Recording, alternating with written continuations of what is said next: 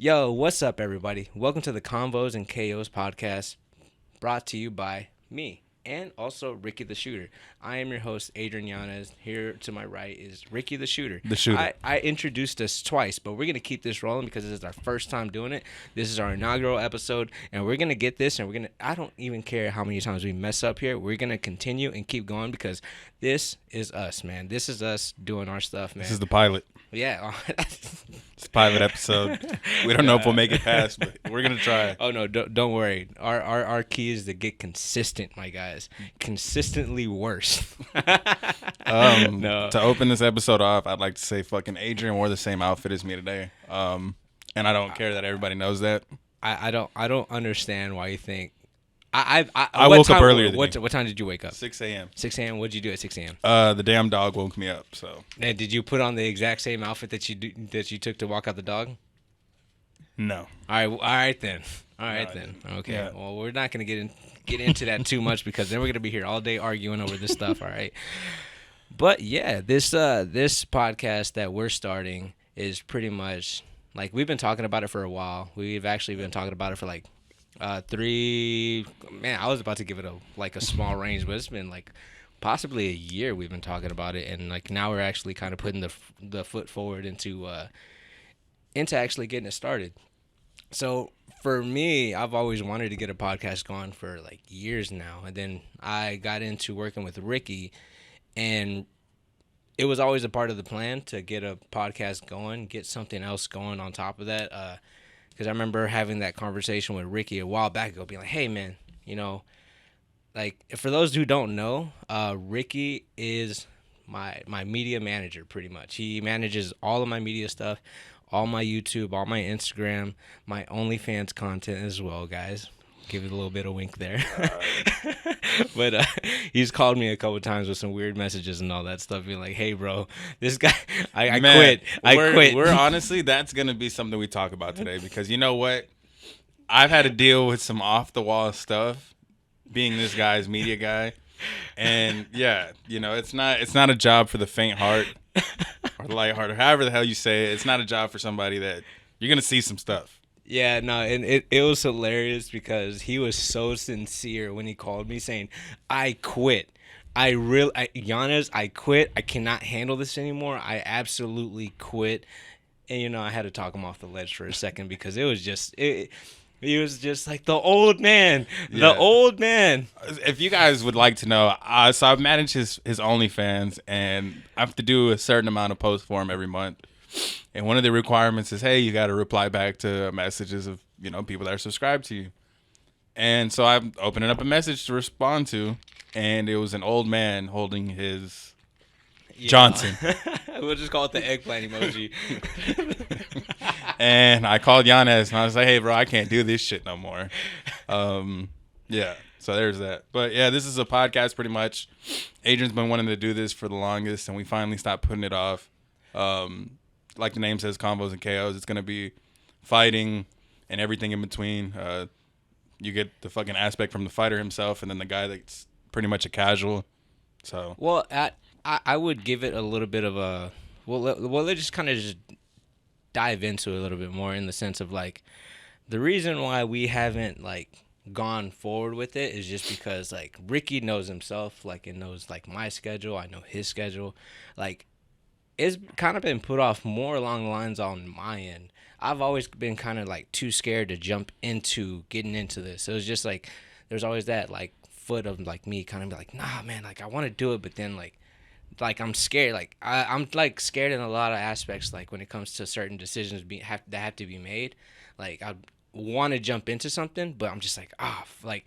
would you say it's like the fear of trying something new? Yeah, the fear of trying something new, and then like or like just in the sense of like going somewhere for the first time ever. Like you don't know the people, you don't know what's gonna go on, you don't know the outcome, like stuff that you can't control. Like first day of school type of vibes. Like, Yeah, that first day you're like, shit, man, new school, new everything. Yeah, that's exactly how it felt with this, and feels with a lot of stuff. So for me, now that we're here, I'm just like, oh, this is fun, this is great. So like, we're actually doing, I'm having a great time right now. And then, but kind of diving into what Ricky was talking about earlier, it's going to be a little bit more about me talking about fights and him from the outside casual perspective, I will say that there is a little bit more in-depth process because he's actually filming. He's filming or recording a lot of like great content, like seeing guys from weight cutting, seeing guys like from.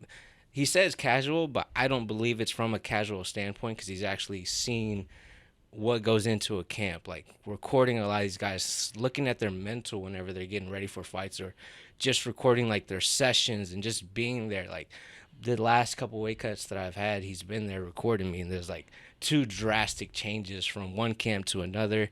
He sees all this stuff, so I wouldn't say it's like more from the non-fighter perspective, but it's not. I wouldn't consider it a casual take or like a casual view because he's more in depth. But like a casual person doesn't get that. How can I say it? They don't get that. They don't get what it takes to actually be in this sport. Yeah, not even just that. You get more of a in-person feel, Yeah, So for that's sure. so I feel like that. Like he says casual, but I won't accept that. That's him trying to put some respect on my name. Yeah, because he's been around. He's been around like recording a lot of fighters. Like, he's recorded for Matt Snow. He's recording for Josh Van, who fights this weekend. For myself, Rafion Stotts. A lot of these big name guys. And a Cameron lot Smotherman, even though he doesn't utilize me. So a lot of guys, So you got to give props for props, dude. He's been a part of it, So for me, what we go into next is we're actually the outline of what we got. Like at the end of the episode, what we're gonna have is we're gonna have a prospect of the week, and also like pretty much like our fight of the pod. Ricky's gonna have his fight. I'm gonna have my fight. Fight of the pod in the sense of like, what fight do you want the fans or whoever you hear, like whoever's listening to this podcast, like the fight that you want them to go back and see, and kind of give flowers to those guys because it's not going to be an upcoming fight. It's going to be a fight of the past. If you're a fight fan, you're going to want to listen to that stuff. So, especially putting people on the map that aren't just like it's going to be more than just people in the UFC, people from the regional scene. It could even be not UFC. It could be a boxer or different athletes in combat sports, maybe even a grappler like, hey, this guy killed it or did something different than you usually see, Oh yeah, and then also kind of just moving on to the next phase is everybody knows. Oh, if you don't know, well, I had a fight October 14th. Didn't go my way. Didn't go my way.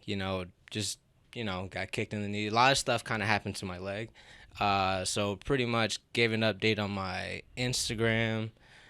Initially, me and Ricky talked about it. We put it out there. So pretty much at the time of this recording, 2 days from now, I have surgery. Pretty much it was not an MCL tear. It was actually a meniscus tear, even though the inside of my leg had a lot of damage. A lot of contusions, a lot of like kind of like bruises, even on the like around the ligament area. But one thing that they were really kind of more concerned about is the actual meniscus tear. So I'm gonna have a surgery here pretty soon, and kind of like not really nervous because I've already had some big surgeries before, but it's still a little bit nerve-wracking. I have a pre-op appointment later on today, so I'm kind of like, I'm going to get the ins and outs of what's going to be going on, what they're going to be doing to my knee, so. That's big, man. That's definitely, I'd be nervous for that if I were you. Yeah, I'm nervous for you, so. I'm not more along the lines of nervous just because, like, I've had worse surgeries, I had two mandible surgeries. Just pretty much had jaw reconstruction.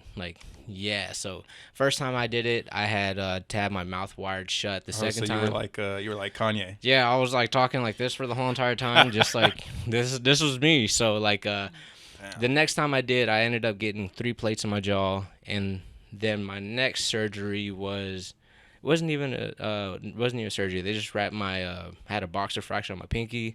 Then my next one, I broke my nose. Yeah, so I broke my nose, and then they had to do the nasal reconstruction on that one because my freaking my nose was like the cartilage in my nose was so messed up that it was gonna have my nose going riding up and looking like a Michael Jackson nose and all that stuff. So yeah, I needed That's surgery. hot. Yeah, it was gonna be that, and then the had another fracture in my knuckle, which after a fight, my knuckle just completely obliterated. So I had to have like pins in my hands and all that stuff. Yeah, so yeah, that one was a wild one because I remember like we took because they had a rapid before we did anything else. So when they took the wrap off and just seeing my hand for the first time after that, bro, was the most disgusting thing I'd ever. You guys seen. are wondering why he breaks so much shit. It's because he never does recovery. Yeah, I'm exposing him right now. He never does wait, recovery. All the bones that I've broken, Yeah. these are bone breaks. I don't matter. He does no recovery, so I'm gonna. I'm a certified meathead. But you know what? You know what I will say. After this weekend, after all my rehab, the contusions on the inside of my leg have like dissipated a lot. That I'm actually able to bend my knee. Recovery. Yeah, bro, I've been doing it. So hey, he's trying to expose me, but it's not. He does recovery when it's too late. Yeah. No, so it's so like I'm actually very optimistic with like this surgery. Like I'm not down about it. I'm not out about it, and then also too like it hurts to lose and it hurts the way that I lost. But there's also like a couple caveats to me about it. It's like it's to Jonathan Martinez, one of the best in the world. And then on top of that, he's such a great guy. And then like I thought I was gonna be out a lot more. I thought it was a MCL tear. So when I thought it was that's whenever I started freaking out. Like there was like for these past couple weeks, it was like kind of been like it's been me kind of just been like all over the place. It's been hectic. My anxiety level was super high. He's definitely been on edge, and from somebody that knows him, I could tell he's been on edge with everything just because it's just like what's next. You don't have a definite answer of like, man, what do I do? And now that he has the answer of surgery and the recovery time's not as long as he thought it was going to be, it's definitely helped him out. Yeah, man. Bro, after the initial conversation on Thursday with the doctor, like talking to him, and he was just like, he gave me options too. That's one thing I really liked about this doctor. He just didn't immediately go like surgery. He's like, no, there's this, and this. He's like, this one, you have the chance of it happening again. This one's about the 50-60 recovery. It's like this one, 97% chance. The only reason why we give it 97% is because 3%, just for the case of like infections or anything else like that. So I was like, okay, well, eases my mind. Chose surgery just because I'm gonna be good. I don't have to worry about anything else. I'm good, and even the recovery time is like pretty quick. So that's why I'm like actually more just like let's go, let's get it going. Yeah, like I think you're grateful that the recovery time's a lot shorter too, just because like you think knee injury, you think fuck 6 months, a year, you're out. I mean, look at not to bring him up, Miles Banks. He had something with his knee that was already torn for a while. It took him. This is his first fight back in a year. Yeah, see, so that's exactly where I'm at as well too. Like I'm just so happy it's not a year, 6 months to a year, because then that would be like. It'd be devastating. I mean, yeah. Think about it. If you guys didn't know, it took him a while to even get the Font fight. We were waiting for, damn near almost a year to get that fight. So it's just like to sit out with an injury for almost what would have been a year, like that would suck. Yeah, that was like also my biggest thing after that fight was like trying to get back into the cage as soon as possible, and even like the fighting in October was a little bit pushing it for me, because that was like I really wanted to get the fight as soon as possible. So. Yeah, and then we wanted to do it. He wanted to do it in September. Jonathan had issues too with his knee or his leg, so still shout out to Jonathan for taking the fight because a lot of people were telling him no. So yes, and big shout out to him and his team, man. They did a phenomenal job in that. They did a phenomenal job in preparation as well too, man. They did phenomenal. I really respect a lot of those Factory X guys, man. They are very on top of what they do. So big respect to those guys. Yeah, for sure. Yeah, man. So shoot, man. That was kind of like a big weight off my chest, especially just going through that and just kind of just talking about it, man. It just like I feel good about it. As you can tell, I got a little smile on my face just because of like the extra happiness and all that stuff, like getting off of it. But I kind of want to get into this, Ricky. Let's do it. I was like, how does it feel for you right now, like just being on this side of the camera? Because like you're recording everybody, you're always recording everybody. You're the guy like you don't even want to take pictures. Like you're the guy that just you're like no, I'll take the picture. I'll do this. I'll do that. but now you're on the opposite side. How does it feel for you right now? For those of you that don't know, this shit sucks. All right. Nah, it doesn't suck. I think how you said it, like first day of school vibes. I feel like that's me in front of a camera. I've never been good in front of a camera. I hate the shit. I don't know why, but I always told myself with a camera, I was like, I want to make somebody feel good while I have that camera. So it's like, if I take a picture, you like the one from the Dynamo, and you're like, oh shit, bro, it's a badass picture. Or a video, you're like, yo, you killed that. Like, I like making people feel good with this camera. Like, it's weird. For me, being on this side, it's a little different, but I'll get used to it. I give Yanez shit because if we film something where he has to like memorize lines, I kid you not, we film it probably 20 times, and it's not just because of him. It's also because of his asshole teammates that like to troll in the background. But nah, it feels all right, man. It's doesn't feel weird because it's like it's me and you, so it's like it's just like a normal conversation with us. So, but I can definitely tell that doing this is gonna help you a lot because you have a hard time talking about your feelings and issues. Yeah. And I feel like right now I just saw the smile on your face and like, hey, he's talking about his fucking issues, and it's I'm very reclusive. I'm very like I like you won't like I like even now like I won't give like I'll give people a little bit and then just still like kind of keep a lot to myself. Of course. But with that being said, he even said it like he says 20 times memorizing line. I'm telling you, it's not just 20 times. He probably has to delete so much mistakes off of his camera. It's hilarious. Yeah, like we could create a whole fucking YouTube video off of bloopers of him messing stuff up. But we're not going to do that because, we make little jokes about ourselves here and there, like especially in the videos, just because we can do that with each other. Like he can say something about me and it's funny, and I can say something about him and we don't get our feelings hurt because it's just like, this is a joke. Yeah. So with kind of just going into a little bit more into that, what made like I heard you say that you like making people feel good with the camera. Like what's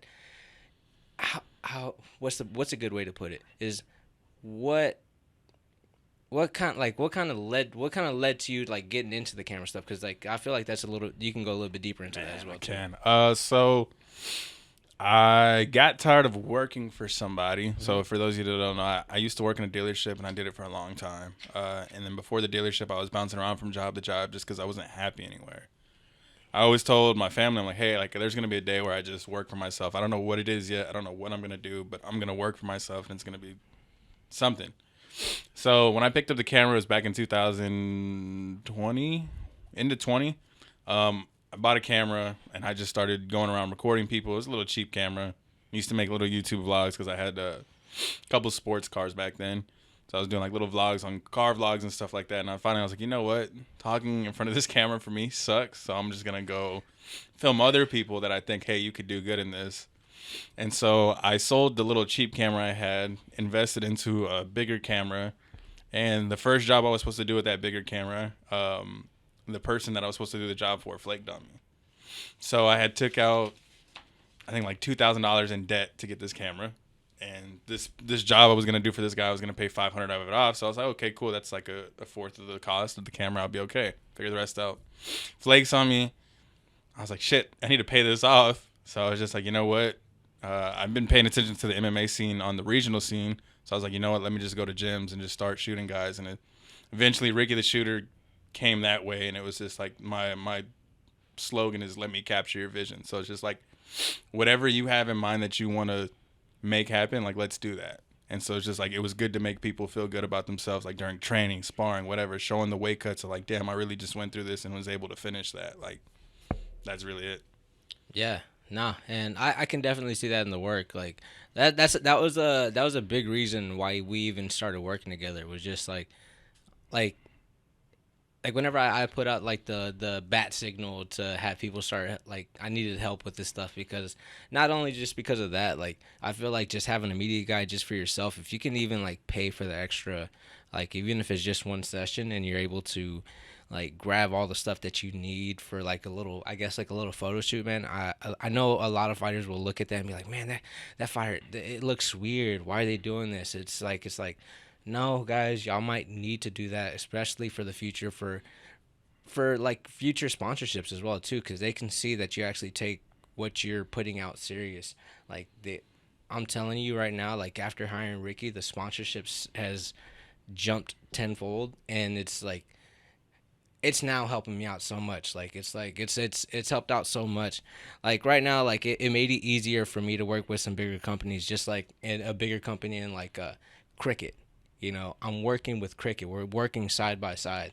You know, so for me, that is a big company, a really really big company nationwide, man. Almost the international, dude. Like so, I'm telling you, like there's a lot of benefits, a lot of benefits of getting somebody who be able to help you with media, even if it is just like, well, I can help you with a day. You pay them, and then next you get your content, you're able to post it, do what you do with it. So it'll help out. And me and Ricky ended up coming about and working together was pretty much I sent a bat signal out, said I needed help. He was there. He was actually one of the guys that was like very adamant and very consistent, and he was actually like very drawn to the details, like in the quality of the stuff that he was producing. Like I remember he got so mad that I ripped something off of the Instagram. He used a fucking reposting app, and it pissed me off that day, and I'll never forget it because I love the guy, but he used the reposting app, and everybody I'm sure knows what the reposting app is. It'll post from one social media and then bring it onto like his TikTok or his YouTube, and then on the fucking video, when you do the repost, it keeps the person's like their Instagram name or handle in there. So on the video, you see the video, and then on like the right side, you see the Instagram handle, and I was like, this motherfucker. Yeah. So I honestly, after that day, he was like so keen to detail that I was just like, nah. Like, and then also too, like his ambition towards like wanting to, like, hey, like, he wanted to do more, and that's what kind of sold me on it, because there was other people that I had planned on working with as well too. Like it was gonna be like a multi-person like thing that I was gonna be working with, and then like I saw how committed he was and how much like he wanted to make sure that the quality was good. He stayed consistent and was like every day it was something. Every day it was like, hey, let's do this, let's do that, let's do that. And then also too, what I really liked that like there's also like I'm a fan of those people that like their YouTube stuff or like training stuff, it gets serious. I'm a fan of that, but a lot of times, there's a lot of goofiness, especially with me and my training partners. Like we are like how would you explain me, Ralph, and Cam? Fucking Three Stooges. Like with no disrespect, but it's just like it's what it is. It's the Three Stooges, and they all feed off of each other, and it's the funniest shit. If one of them goes in on you, the other two follow back and like, oh yeah, we're going in on him. Yeah, so like the fact that he covered it and pretty much translated that into like being serious and also having some like funny parts in the content and then adding, I just loved it, and he was able to capture a lot of the stuff that I like. He was able to capture a lot of great moments. It was able to put them together and like in a vision that was just like, yeah, I love this, So, and then after that, I pretty much told him like at the beginning, I was like, look, you do you. I didn't want him to. He did a great job, and he does a great job of pretty much if he knows when I want it a certain way, and Pause. without Pause. he knows how like the content and the quality of the content and all that stuff is whenever it's been wanted a certain way.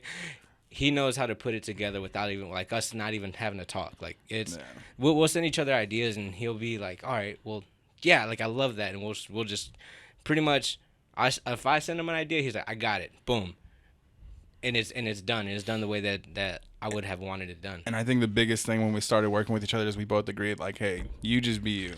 Like we don't need to put on a persona. We don't need to do all this extra shit. Like just be you.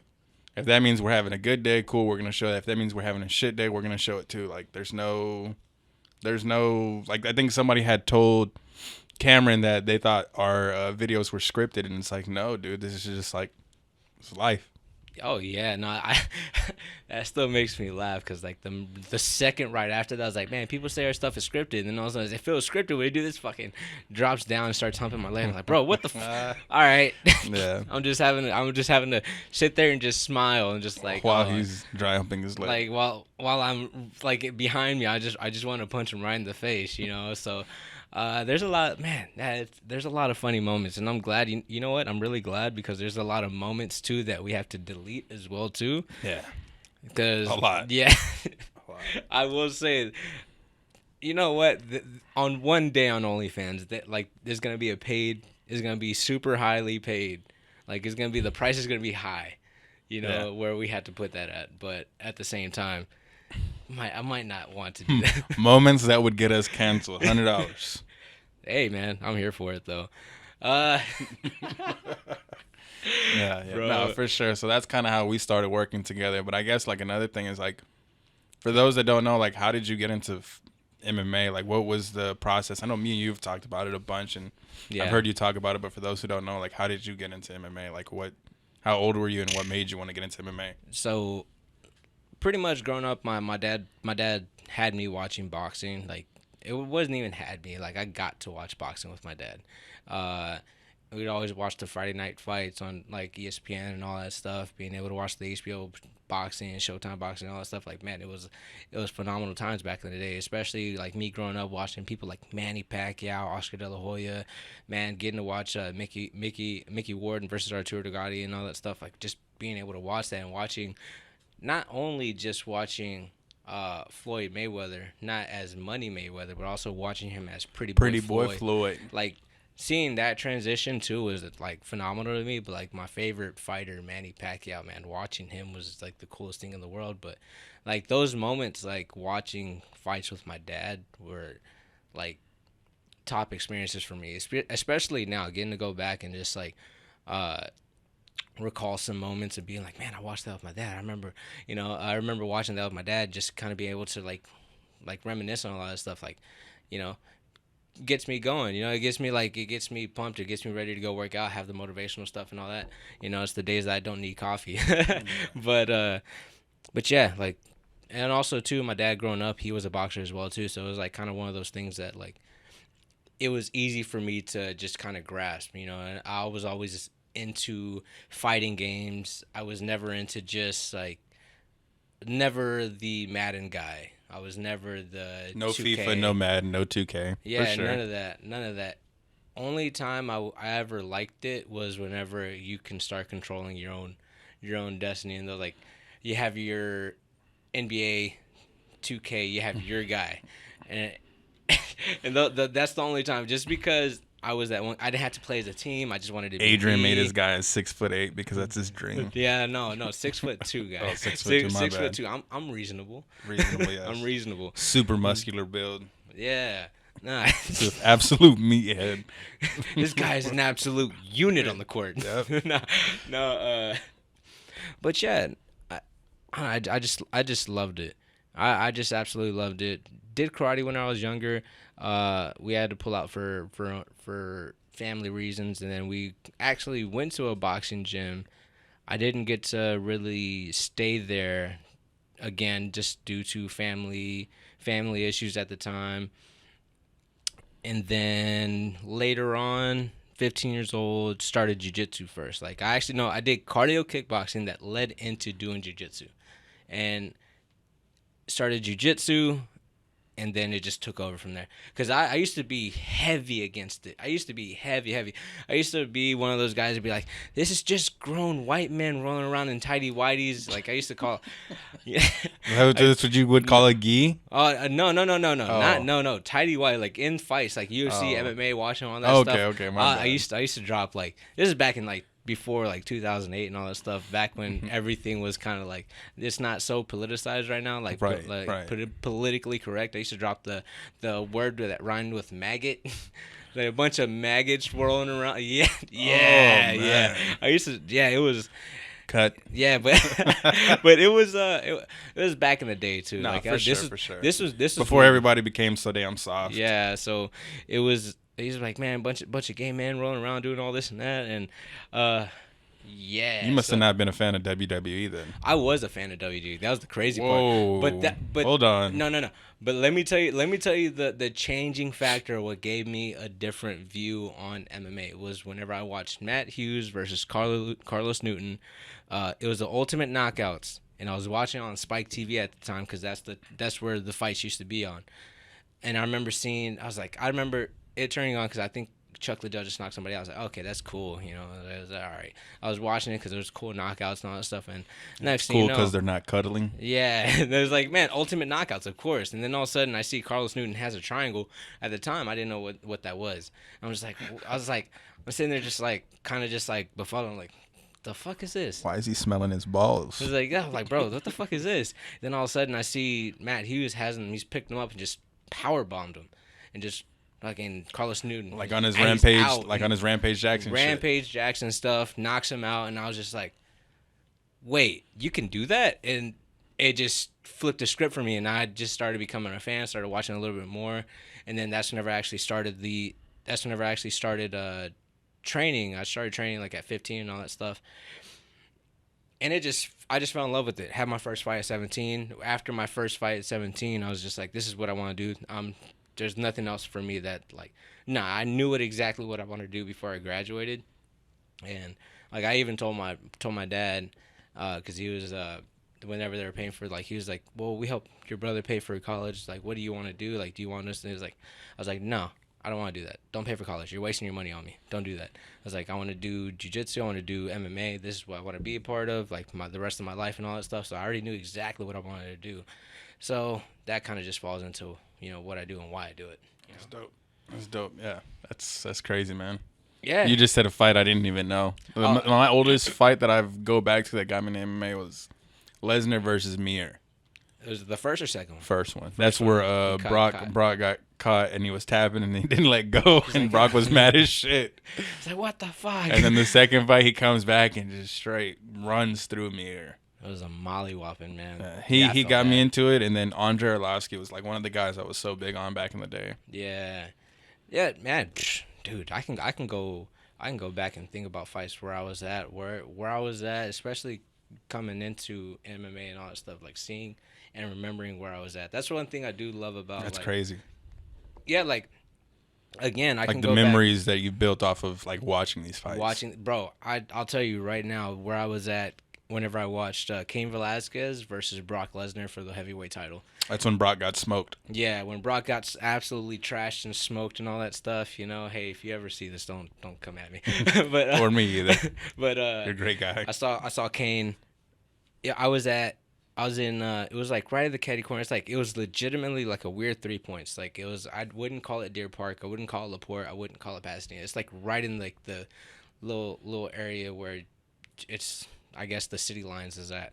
I guess it's more Pasadena, Texas. Like it was a CC's Pizza, and they had after hours where you could watch fights, where they would put on the fights on pay-per-view and all that stuff. They would have like beer there, and you could also bring your own beer as well too. And I remember watching it there, and there was a subsection of of Hispanics on one side and white people on the other side. It was absolutely segregated. Damn gang wars. And bro, it was a one side mollywhopping. I remember the country hillbillies just walking right out, just being like, like just were so mad, and the Hispanics and Latinos were just going Brock crazy. Lesnar was putting on for all the rednecks. Bro, it was wild, bro. Yeah, it was absolutely wild time. He was like, man, I was like, after I beat Cain Velasquez, I'm gonna have myself a Corona and a burrito. I was like, oh shit, that day. I remember that. Like that was hilarious. But then he got freaking whooped. Oh yeah, man. I those memories to me also kind of just like bring me back too, because I can remember like that CC's right there showed so many fights. I remember watching Anderson Silva versus Vitor Belfort at that spot too. I remember where I was at whenever I saw Chris Weidman and Anderson Silva whenever not the leg break, but the knockout. And I remember where I saw it at whenever I saw him get the leg break too. I was like, oh yeah, that was tough. It was tough, but all right. I guess now so this is where we're gonna jump into the segment. Like, who is your prospect of the week? So like, who is your fighter of the week that you want to talk about? So I am gonna be super biased in my first prospect of the week. First, like I'm gonna be absolutely biased. I'm not gonna be like all those other guys who'd be like, I'm gonna let you know right now, I have 100% biasy pick, and I'm never not gonna do that. Like if the times that I will say this is gonna be like when it comes to fights and we're picking fights, I will say my mind says this, but my heart stays here. And I always stay with my heart. So yeah, my prospect of the week, my promising prospect of the week is Cameron Smotherman. I seen him train. I seen him do some amazing things, and honestly, man, it's crazy because even you yourself has seen him train, and you've seen him with the high level guys that he goes with. Like In the year that I've seen this guy, I've seen him grow crazy. So I've seen him be able to keep up with Adrian and even Rafion Stotts, which is also another amazing fighter in Bellator. Like when I got to Metro to record Adrian. Cam was having issues with grappling, and now it's just like it's hard to get that man down. Like it's hard. It's even hard for Rafion. It's just like to see how much he's grown, even with his hands. Like his last fight before Contenders was against Peter Caballeros, and he did the switch dance. He was in southpaw and got the knockout, the walk-off knockout. Bro, yeah. So, I'm super biased off that one.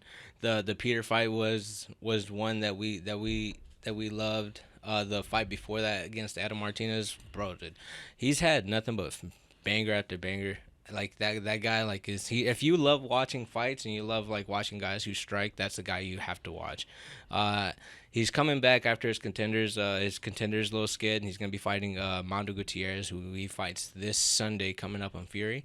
So for me, I think like we've been working and we've been like tightening a lot of things up, and yeah, I'm really super excited.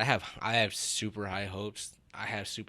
Man. Like I think he's gonna run through this guy, and I think it's gonna be another highlight reel knockout. But yeah, I'm super high on Cameron. He's my prospect of the week. I'm super biased in my first actual choice, just because also he's kind of my little brother as well too. He's my little big brother, as he likes to call it. But sure. I don't think I've ever seen a boring Cameron Smotherman fight. Like I don't think I've ever seen one. He definitely puts on a show for the crowd, and definitely you get your money's worth when you go watch a Smotherman fight.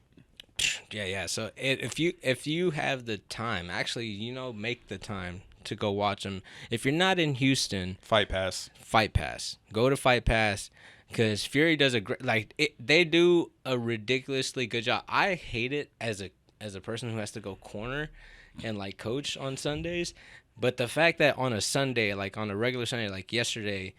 Today we're recording, it's a Monday. Like yesterday we were able to watch a Challenger series on a Sunday. There's nothing going on. It's almost like a weird like Super Bowl type thing. Like there's nothing else going on around the Super Bowl. So Fury comes out, they fight on Sundays. Like you just get off of a nice like UFC card on Saturday, then you get to look forward to Fury fights on Sunday. It makes it worth it. So for me, I'm just like, that's pretty cool. I wish they fought on Fridays, but I understand why they don't do it. But no, for sure. For me, if I'm just sitting at home, Sundays are the best for me. You just sit back, watch fights, and then for me, watching Cameron fight, yeah, I'm here for it. Shout out to Fury. Yeah. Who's your prospect of the week? My prospect of the week is gonna be Miles Banks. He just fought yesterday. Made his pro debut, so now he's 1-0. First round knockout or TKO, I think. The dude is probably going to be next up for heavyweight. Super nice guy, and he's only had one fight make it out of the first round. So the guy's a monster, super nice guy. He's a freaking massive giant. He's like 6'9". Even though his Tapology says 6'6", that is a lie. He's fucking 6'9". He's like, I seen him in person, man. I seen him in person. He's like a damn tower, bro. Like I look up to him, I'm like, damn. Like I would not want issues with you. But he's definitely my prospect. Again, another guy I don't think he has boring fights. He finishes his fights, he dominates, but I think he's definitely the next guy up for heavyweight, even though he's only 1-0 as a pro. Yeah, shoot, man. So you got Miles Banks, I got Cameron Smotherman, both guys who are going to be looking to take that next step here pretty soon. Again, man, both coming out of Fury, so they are both big prospects. Cameron is right there on the cusp. Miles Banks, he's 1-0 as a pro, but he's already to the point where everybody's turning him down, just because he's always finishing fights. But I feel like for heavyweights, you don't need to be that 7-0 heavyweight. I feel like they get rushed. No disrespect to him, but I feel like behind Fury, they'll definitely build him up. Probably by 24, he'll be in the UFC. pretty much. Or contenders. 3-0, 4-0. They get him in the contenders. He fights. Yeah, definitely. Yeah, that's definitely doable, especially at heavyweight. Heavyweight is like one of those like, as as my old coach used to say, is like, as long as you're not a pussy, at the heavyweight, as long as you're not a pussy, you'll make it. As long if you're a heavyweight, as long as you're not a pussy, like you'll make it. Like you heard it here first. You train hard, like, because everybody's gonna do it. Everybody trains hard. It's the fact that like some of these heavyweights, they never like get to go with other people that are their size, so they're usually able to. Did you watch the fight this weekend? I didn't get to watch the fight. No. I'm glad you didn't. Okay. No disrespect to Almeida, but like that was. It was just a one-sided. It was just boring. Oh. All he did was grapple him, and he just stayed on top. I did see that. I did see that. So I was like, yeah. I've never watched a boring Derek Lewis fight, and that was a boring. Yeah, Derek Lewis fight. That was. And not on Derek Lewis's. Yeah, I will say, you know what that fight looked like to me? It looked like a black belt that was taking it super easy on a newly crowned blue belt.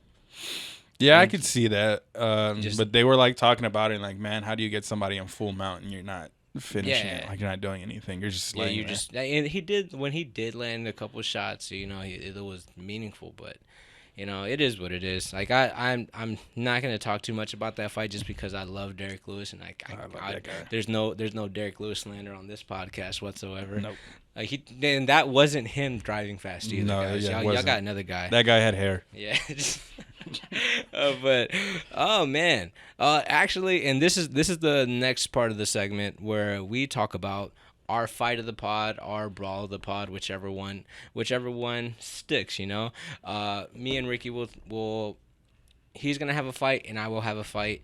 I will let Ricky go first on this one. My first fight, even though I'm pulling out my phone, is very unprofessional. Is gonna be a fight that happened back in September. So September 1st, Cameron Graves versus Eduardo Tejada. So Cameron Graves is one of like the OGs in pretty much Houston MMA kind of. He's been on the scene for a while. But he fought an upcoming prospect, Eduardo Tejada, and I remember seeing the weigh-ins and just like Eduardo was being like pretty disrespectful with this guy in his face, doing like that whole show and whatever. Like, you don't need to do that. You're in a regional scene, bro. Relax. In his face and just talking noise, and Cameron was just sitting there like giving him a look like, all right, bro, like I'm gonna show you. And sure enough, he goes out there. Cameron dominates the fight. And I want to say after the second round, Eduardo's sitting on the stool, and I think his coaches are pretty much like, yeah, bro, you're done. Yeah. And it's no disrespect to Eduardo, like, respect to you for getting in there, but that's my fight of the week. Cameron fucking put on a show and like showed out that even though he's the OG, the old head, he's still out here whooping ass. Yeah, I got two add-ons onto that. The fact that Cameron Graves is considered an OG to you.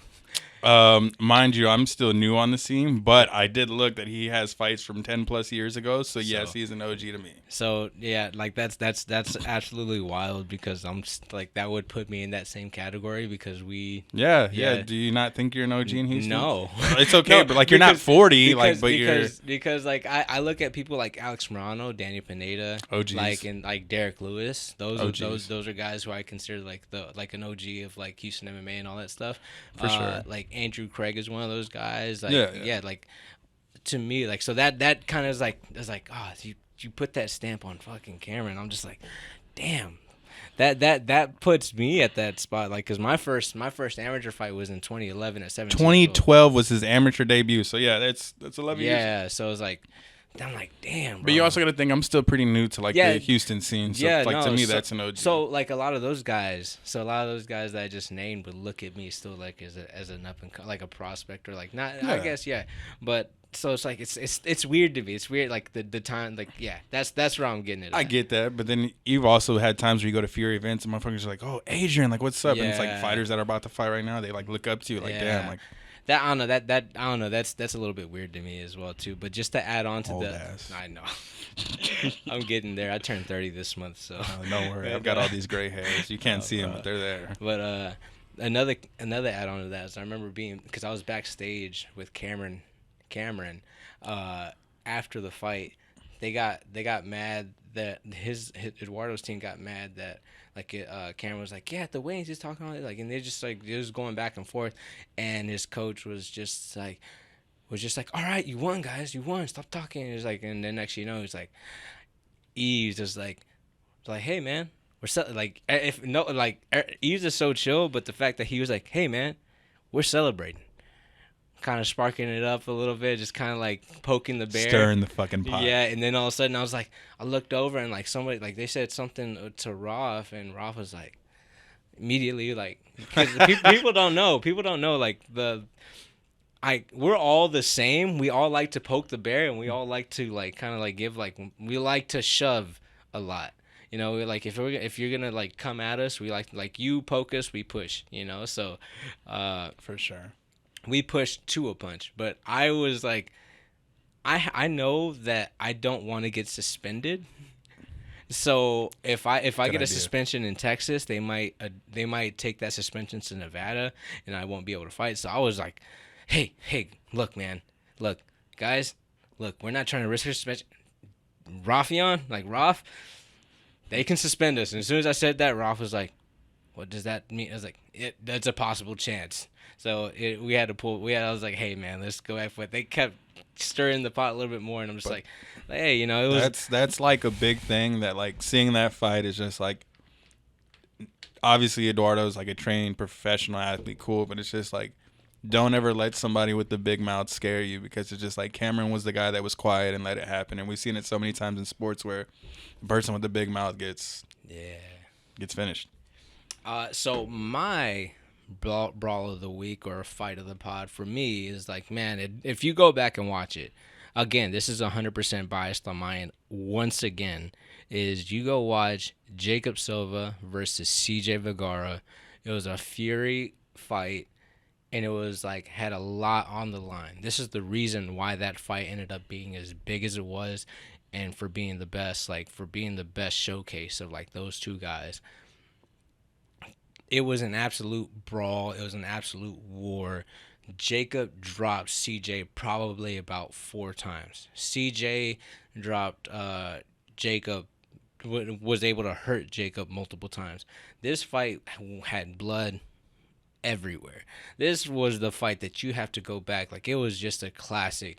It's a classic in my eyes. Like, I wish that fight was able to be televised on UFC, just because of how good that fight was. I'm telling you right now, if Dana White saw that fight, if he were to see that fight and watch it now, he would sign both those guys, just because like how entertaining it was. It was nonstop action.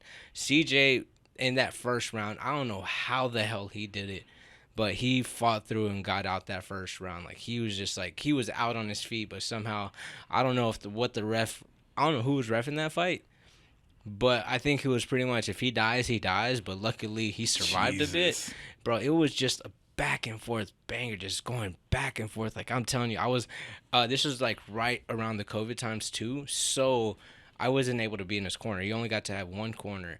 And I remember just being there, just being so like holy shit. Like, I was in the stands, like, just like I was jumping up and down. Like, I was like, I remember jumping over the barricade just so I can get a little bit closer, because I was just signed into the UFC. I thought I was big shit, hot shit at Fury. So I was like, nah, fuck that, I'm here. And then I didn't get in trouble, so thank God. But I was there, and I was like going nuts and shit. And yeah, it didn't go Jacob's way, but at the same time, that fight like had propelled like Fury with UFC Fight Pass, and that was an absolute amazing showcase. And I highly recommend for people to go back and watch that fight. Jacob Silva versus CJ Vergara. That fight was an absolute banger. If you love violence, that's a fight you need to go watch, and watch some violence again, bro, because it is absolutely amazing. Yeah. I definitely have to go watch that one, because I don't think I did. I need to now. It sounds good. A Jacob Silva fight's always good to watch. Oh, bro, if you don't know who Jacob Silva is, definitely go look him up. His fights are absolutely nuts, man. What's his nickname? The little animal. The little animal, and but then, guys, we are approaching the end of this podcast. I have to say thank y'all so much for tuning in. Thank y'all so much, man. This is our first of many, and yeah, like, I had a good time here. I had an absolutely great time. This was fun for me. A new venture into what we want to do. Convos and KOs by me and Ricky the Shooter. Don't you forget it. Yeah, and again, guys, click like and share, comment, subscribe. We'll finish it off there. Yeah. Thank you guys for Listen tuning to this in. shit when you don't have anything to do, long car ride, wherever. Just let our voices serenade you or whatever the fuck. Whatever it is, we're also going to put in some little bit of highlights too, guys. Yeah. Thank y'all.